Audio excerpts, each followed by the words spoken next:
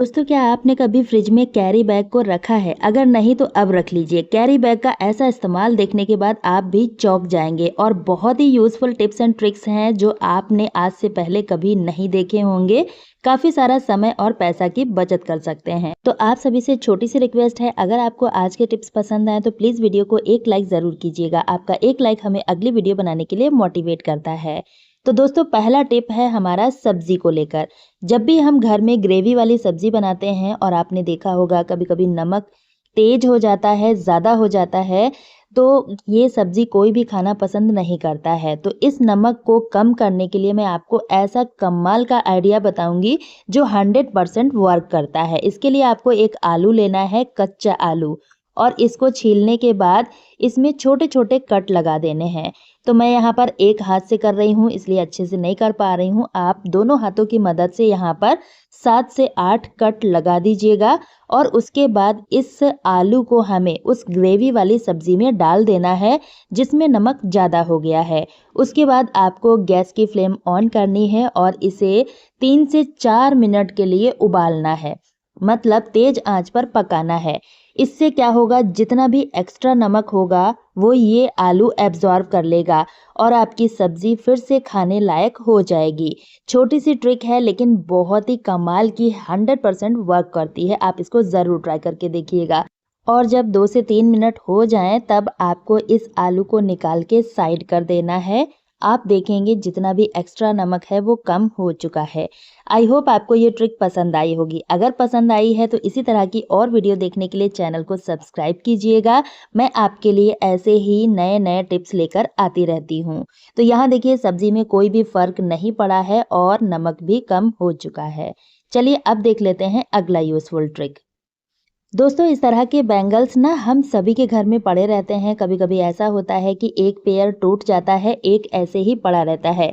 इसको हम यूज़ नहीं करते, हमें समझ ही नहीं आता इसका यूज़ क्या करें और इसको फेंक देते हैं। तो आज मैं आपको इस एक बैंगल का भी यूज़ बहुत ही अमेजिंग तरीके से बताऊँगी। इसके लिए आपको एक रबर बैंड लेना है, इसमें इस तरह से फँसाना है। अब आपको क्या करना है, इस रबर बैंड को इसमें लगाने के बाद आपको इसे अपने हेयर में लगाना है। दोस्तों, जब भी हमें कहीं बाहर जाना होता है तो हमारे हेयर बनाने के लिए हमें किसी न किसी टूल की ज़रूरत होती है, रबर बैंड या फिर क्लचर। अगर आपके पास मैचिंग की कोई चीज़ नहीं है तो आप ये ट्रिक ज़रूर आज़मा कर देखिएगा, आपको बहुत पसंद आएगी और हेयर स्टाइल इतना अमेजिंग बन जाता है ना कि मैं आपको क्या ही बताऊँ। तो देखिए, इस तरह से आपको अपने बालों को हाफ पार्ट में ले लेना है। अब आपको क्या करना है, इस बैंगल को आपने अपने हेयर में फँसाना है। तो आप रबर बैंड को साइड कर दीजिएगा। पहले हेयर को हमें इस बैंगल के अंदर फँसा लेना है कुछ इस तरह से। तो आगे के साइड हमें इन हेयर को रखना है, उसके बाद हमें रबर बैंड लेना है और इस तरह से देखिए बैंगल में फँसाना है। उसके बाद जो हमने आगे के साइड हेयर डाले थे ना, इनको हमें दूसरे साइड से रबर बैंड के अपोजिट साइड से निकाल देना है कुछ इस तरह से। अब रबर बैंड को आप अच्छे से सेट कर दीजिएगा और ये लीजिए, हमारा प्यारा सा हेयर स्टाइल बनके तैयार हो चुका है एक वेस्ट बैंगल की मदद से। इस तरह से हेयर बहुत अच्छे तरीके से सेट हो जाते हैं, बिल्कुल भी नहीं निकलते हैं और देखने में बहुत ही सुंदर लगता है ना फ्रेंड्स? बहुत ही कमाल का आइडिया। तो इस तरह से आप अपनी वेस्ट बैंगल का इस्तेमाल करके अपने हेयर को स्टाइल कर सकते हैं बहुत ही अमेजिंग तरीके से। अगर आपको ये आइडिया पसंद आया है तो प्लीज़ एक लाइक करके ज़्यादा से ज़्यादा शेयर कीजिएगा ताकि हर महिला तक ये वीडियो पहुंच सके और वो भी इन टिप्स को अपना पाएँ। अब देखिए फ्रेंड्स, इस तरह के कैरी बैग हम सभी के घरों में पड़े रहते हैं। इनको भी हम वेस्ट समझ के फेंक देते हैं। इनसे रिलेटेड मैंने बहुत सारे ट्रिक्स शेयर किए हैं कि आप इन कैरी बैग को कैसे यूज़ कर सकते हैं। लेकिन आज मैं आपको एकदम अलग तरीका बताऊंगी इन्हें यूज़ करने का। दोस्तों, गर्मियों में फ्रिज का ज़्यादा से ज़्यादा इस्तेमाल होता है और आपने देखा होगा कभी कभी यहाँ पर पानी की बूंदें बन जाती हैं, फ्रिज के साइड बूंदें बन जाती हैं और फ्रिज में जो भी चीज़ें रखते हैं वो ख़राब होने लगती हैं। तो इसके लिए आपको छोटा सा काम करना है, इस कैरी बैग को लेना है और फ्रिज के डोर को ओपन करना है। उसके बाद इस कैरी बैग को फ्रिज के डोर में हमें दबाना है अच्छे तरीके से। इस तरह से देखिए फ्रिज को आप बंद कर दीजिए। अब आप इस कैरी बैग को खींचिए। अगर ये कैरी बैग जल्दी से खिंच जाता है, निकल रहा है बाहर के साइड, तो आप समझिए कि जो फ्रिज के डोर का रबर है ना, वो खराब हो चुका है। इसकी वजह से एयर बाहर निकलती रहती है और फ्रिज में रखी हुई चीज़ें खराब हो जाती हैं। मतलब कि फ्रिज के रबर को चेंज करने की ज़रूरत है, पूरा फ्रिज खराब नहीं है। तो छोटा सा टेस्ट है, एक कैरी बैग की मदद से आप अपने फ्रिज को अच्छे से चेक कर सकते हैं। आई होप आपको ये ट्रिक भी पसंद आया होगा। अगला ट्रिक है हमारा इस तरह की क्लिप को लेकर। देखिए, कपड़े सुखाने वाली क्लिप का इस्तेमाल हर घर में होता है, लेकिन इसका भी मैं आपको एक अलग ही यूज़ बताऊंगी, जिसे देखने के बाद आप भी चौंक जाएंगे और कहेंगे काश पहले पता होता।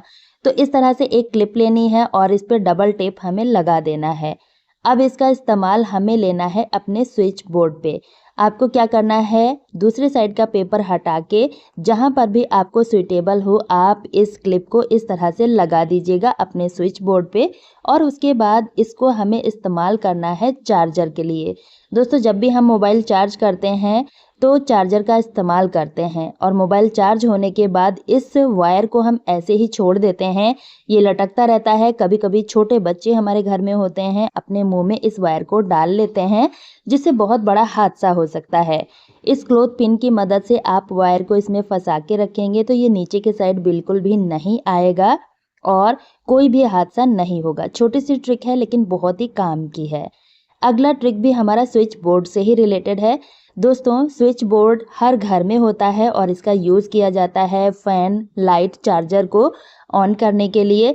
लेकिन अगर हमारे घर में कोई मेहमान आया है, उसको नहीं पता होता है कि कौन सा स्विच लाइट का है या फिर कौन सा फ़ैन का है, कौन सा चार्जर का है, तो इसमें प्रॉब्लम हो जाती है। तो इस प्रॉब्लम के सॉल्यूशन के लिए आपको लेना है नेल पेंट, और इस नेल पेंट को आपने क्या करना है, स्विच बोर्ड पे लगाना है। लेकिन लगाना कैसे है वो भी जानना बहुत ज़रूरी है। आपको क्या करना है, जो भी स्विच लाइट का है उस पे आपको इस नेल पेंट की मदद से एल लिखना है। एल का मतलब लाइट हो गया। तो कोई भी बाहरी सदस्य अगर आपके घर में आता है तो उसको तुरंत ही पता चल जाएगा कि कौन सा स्विच लाइट का है।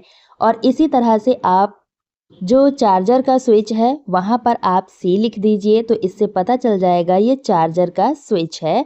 तो बिल्कुल भी बताने की ज़रूरत नहीं है, देखते ही पता चल जाएगा। इसी तरह से आप फ़ैन वाले स्विच पर एफ लिख दीजिए, तो आपको बार बार बताना नहीं पड़ेगा कि कौन सा स्विच किसका है, और इसे देखते ही तुरंत पता चल जाएगा। चाहे बच्चे हों, चाहे कोई मेहमान आपके घर में आया है, सभी को पता चल जाएगा। और नेल पेंट हम सभी के घर में होता है, तो इस छोटे से ट्रिक को आप ज़रूर इस्तेमाल करके देखिएगा। उम्मीद करती हूँ आज के टिप्स आपको पसंद आए होंगे। दोस्तों, आप इस वीडियो को कहाँ से देख रहे हैं, कमेंट में ज़रूर बताएं, ताकि हमें पता चल सके हमारी वीडियो कहाँ कहाँ से देखी जा रही है। इसी तरह की और वीडियो देखने के लिए चैनल को सब्सक्राइब करें। मिलते हैं नेक्स्ट वीडियो में, तब तक के लिए बाय फ्रेंड्स।